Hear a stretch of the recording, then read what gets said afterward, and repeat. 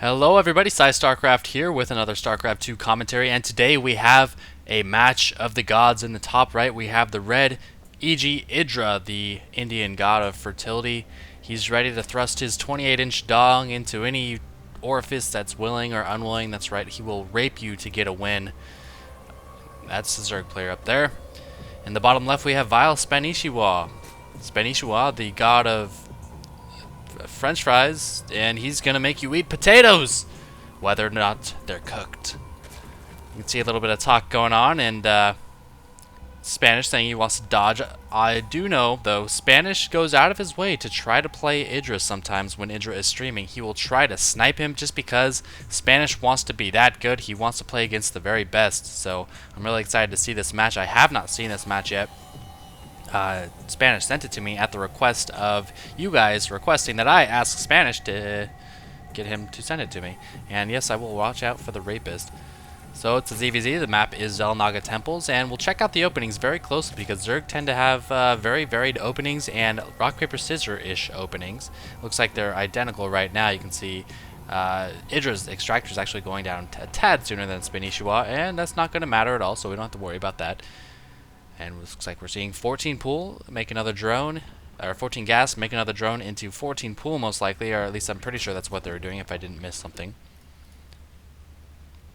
And if you can tell by the timer of this game, it's a bit shorter, and that's how Zerg replays tend to be. Pool now going down for Spanishiwa as well as another drone. And here's a difference already. Spanishiwa is getting an Overlord at 14. That seems a bit early to me. I don't know why he would be doing that. 14 out of 18 is a bit unstandard. EGIdRA is going more standard Overlord count. He's getting it at 15 out of 18.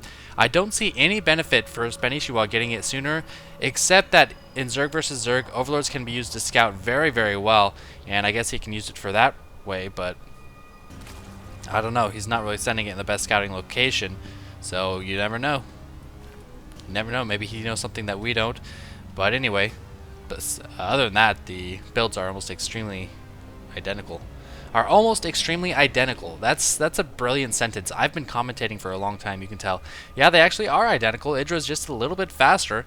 6 slings, 1 queen. Speed up.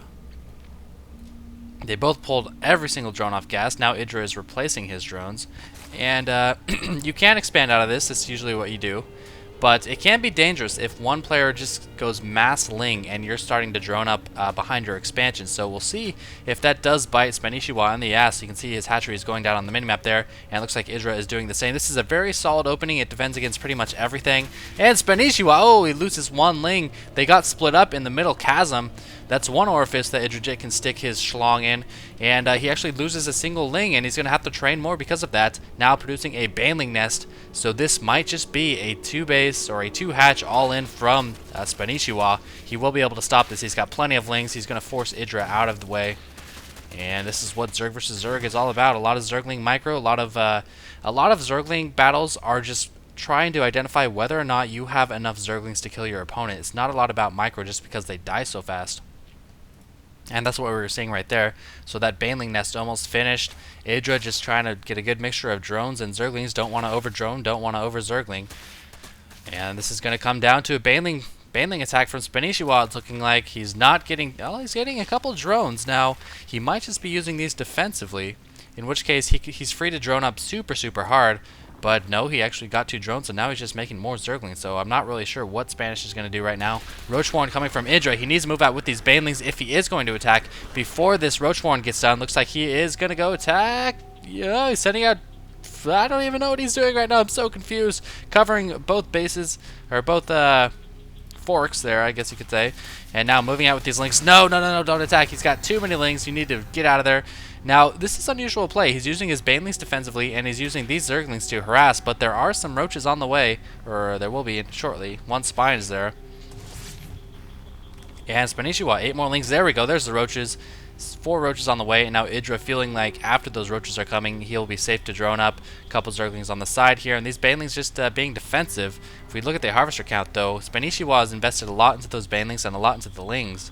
And so he is a bit behind in the drone count. He's going to try to get something on with his lings, though. Forced to run away. Once again, 2 more banelings on the way. Up here in the top left, we can see them. And still a lot of defensive banelings. Now, if he's going to use banelings on defense, I don't think he needs 5 of them. I think he's used a lot of larvae and a lot of resources on these additional zerglings that he turned into the banelings. Now, hopefully these guys can get something done. The only downside to doing this in a zerg versus zerg is at this point in the game, there's not going to be a lot of drones here. So, I don't expect this to do a lot of damage, especially if EGIdrA doesn't see it. Oh, they're not going to do anything at all. He runs into the main with his zerglings. Now these banelings try to do something, but EGIdrA catches them, snipes one of those banelings, and that queen goes down. The other baneling didn't look like he did anything. Maybe killed one drone. No workers killed at all. SC2 has killed or has lost 24 units, while EGIdrA has lost 4 units. This game has turned completely lopsided. If we look at the food count, it's now 60 to 36.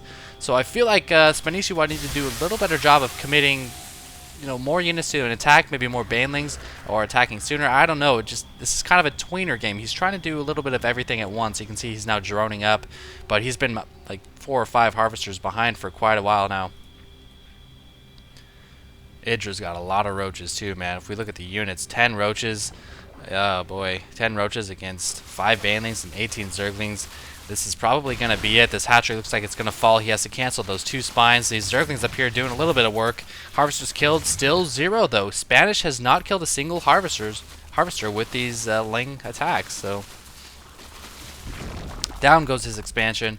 Now 24 to 22. He's not going to be too far behind in minerals in the collection rate, as you can see here, once his drones actually come on, but he was going to be way behind in larvae, and of course he has no growth potential without that hatchery, and he does end up GGing.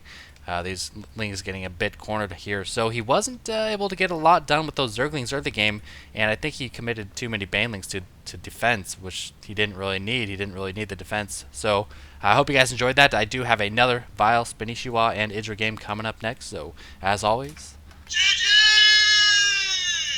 The god of French fries just got fucked in the ass.